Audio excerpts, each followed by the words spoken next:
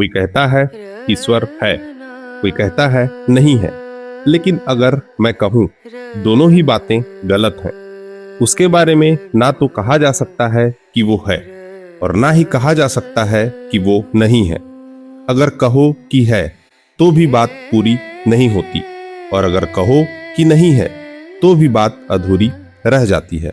संतों ने बड़ी खूबसूरती से कहा है कहूं तो है नहीं और नहीं कहा ना जाए, है नहीं के बीच में साहब रहा समाए। अब जरा इस बात को समझते हैं, ईश्वर है या नहीं है? यह सवाल सदियों से चला आ रहा है, लेकिन इस सवाल को समझने से पहले हमें एक और चीज समझनी होगी। होना क्या होता है?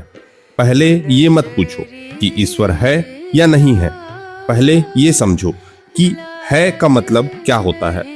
मान लो आपके सामने एक मग रखा है, आपसे पूछा जाए ये क्या है, आप कहेंगे मग है। लेकिन ये कैसे तय हुआ कि ये मग है? आप कहेंगे दिख रहा है, छू सकते हैं, इस्तेमाल कर सकते हैं, इसलिए है। यानी जब भी हम कहते हैं कि कुछ है तो हम अपनी इंद्रियों के आधार पर कहते हैं। अगर आंख देख पा रही है तो वो है, अगर हाथ छू पा रहा है तो वो है, अगर मन समझ पा रहा है तो वो है। अब जरा इसे गहराई से देखो। अगर आपकी आंखें इसे देखना बंद कर दें, अगर आपका मन इसे पहचानना बंद कर दे, तो क्या वो चीज है कहलाएगी? यहीं पर समझने वाली बात है। जो है कहलाता है वो आपकी इंद्रियों और मन के अधीन है। मतलब आपकी इंद्रियां अगर किसी चीज का प्रमाण देती हैं तभी वो है बनती है। अगर इंद्रियां उसे प्रमाण देना बंद कर दें तो वो नहीं है हो जाती है। तो असली सत्ता किसकी हुई, उस वस्तु की या आपकी इंद्रियों की? स्पष्ट है, आपके इंद्रियों की। और इंद्रियों से भी ऊपर कौन है? आप, आपका मैं। आप चाहें तो आंखें बंद कर सकते हैं, आप चाहें तो ध्यान कहीं और ले जा सकते हैं, तो इंद्रियां भी आपके अधीन है। इसका मतलब जो भी है वो आपके नीचे है, आपकी इंद्रियों से नीचे और आपसे भी बहुत नीचे। अब तक बात साफ है। मग, माइक, टेबल, इन सब पर यह लॉजिक लागू हो जाता है। लेकिन अब अगर आप यही लॉजिक ईश्वर पर लगाते हो तो समस्या शुरू होती है, क्योंकि ईश्वर की परिभाषा ही क्या है?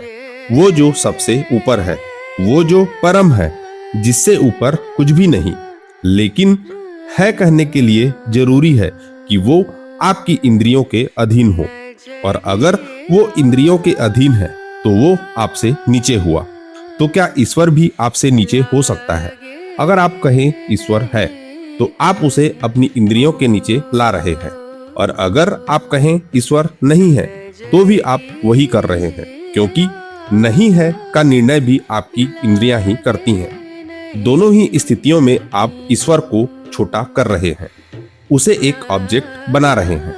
यही कारण है कि ईश्वर के बारे में है या नहीं है कहना ही गलत है, क्योंकि ये दोनों ही कैटेगरीज सिर्फ ऑब्जेक्ट्स के लिए हैं। अब एक और उदाहरण से समझते हैं। अगर कोई आपसे पूछे खुशबू का रंग क्या है, तो आप क्या जवाब दोगे? खुशबू का कोई रंग नहीं होता। अगर कोई कहे इसकी खुशबू लाल है और कोई कहे नीली है, तो ये कैसी बहस है? बिल्कुल बेकार, क्योंकि सवाल ही गलत कैटेगरी में पूछा गया है। इसी तरह ईश्वर के लिए है या नहीं है पूछना भी एक कैटेगरी एरर है। ईश्वर कोई ऑब्जेक्ट नहीं है जिसे आप इंद्रियों से पकड़ सको। संत कबीर ने इसलिए कहा, है कहूं तो है नहीं और नहीं कहा ना जाए। अगर मैं कहूं कि ईश्वर है तो मैंने उसे अपनी इंद्रियों का गुलाम बना दिया, और अगर कहूं कि नहीं है तब भी वही किया। इसलिए संत कहते हैं, ना हाँ ना नहीं, बस मौन। अब एक और महत्वपूर्ण बात समझते हैं। आप जिस भी चीज को नाम देते हो, जिसकी कल्पना कर सकते हो, जिसे सोच सकते हो, वो सब ऑब्जेक्ट बन जाती है। और ऑब्जेक्ट हमेशा आपसे अलग होता है। आप सब्जेक्ट हो, वो ऑब्जेक्ट है, दोनों में दूरी है। अब अगर आप ईश्वर को नाम देते हो, रूप देते हो, कहानी जोड़ते हो, तो आप उसे ऑब्जेक्ट बना देते हो, और जैसे ही वो ऑब्जेक्ट बना, वो आपसे अलग हो गया, छोटा हो गया। लेकिन अगर ईश्वर परम सत्य है, तो वो आपसे अलग कैसे हो सकता है? यहीं से उपनिषद कहते हैं तत्त्वमसि, यानी तू वही है। मतलब ईश्वर कोई बाहर बैठा हुआ नहीं है, कोई आसमान में बैठा क्रिएटर नहीं है। वो तुम्हारी सच्चाई है, तुमसे अलग नहीं है। अब लोग एक और सवाल पूछते हैं, अगर ईश्वर नहीं है तो हमें किसने बनाया? ये सवाल ही गलत है। पहले ये बताओ, तुम्हें कैसे पता कि तुम हो? तुम कहोगे मैं खुद को देख सकता हूँ, महसूस कर सकता हूँ। लेकिन अगर तुम्हारी इंद्रियां काम करना बंद कर दे, तो क्या तुम हो? तुम्हारा होना भी उन्हीं इंद्रियों पर निर्भर है। तो फिर मैं हूं भी कोई अंतिम सत्य नहीं है, ये भी इंद्रियों का दिया हुआ एक अनुभव है। तो असली सत्य क्या है? सत्य वो नहीं जो तुम देख रहे हो या जिसे तुम सोच पा रहे हो। सत्य वो आधार है जिस पर ये सब खेल चल रहा है। सब्जेक्ट और ऑब्जेक्ट दोनों उसी पर टिके हैं। इसलिए गॉड इज ट्रूथ मत कहो, क्योंकि ऐसा कहने से तुम गॉड को एक ऑब्जेक्ट बना देते हो। बल्कि कहो ट्रूथ इज गॉड, मतलब जो सत्य है वही ईश्वर है। अब अंत में बात बहुत साफ हो जाती है। जो कहता है ईश्वर है, वो भी उसे छोटा कर रहा है। जो कहता है ईश्वर नहीं है, वो भी वही कर रहा है। दोनों ही सीमित सोच में फंसे हुए हैं।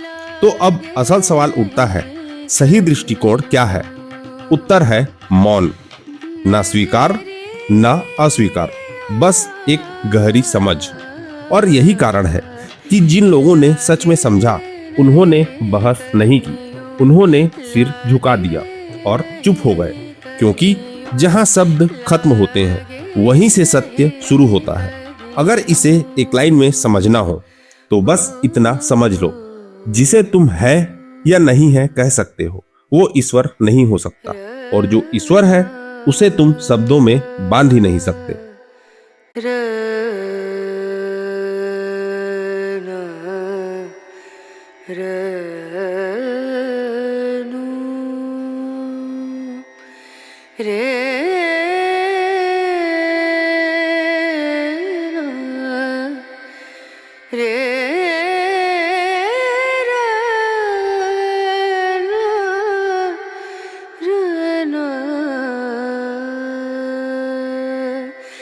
नजरिया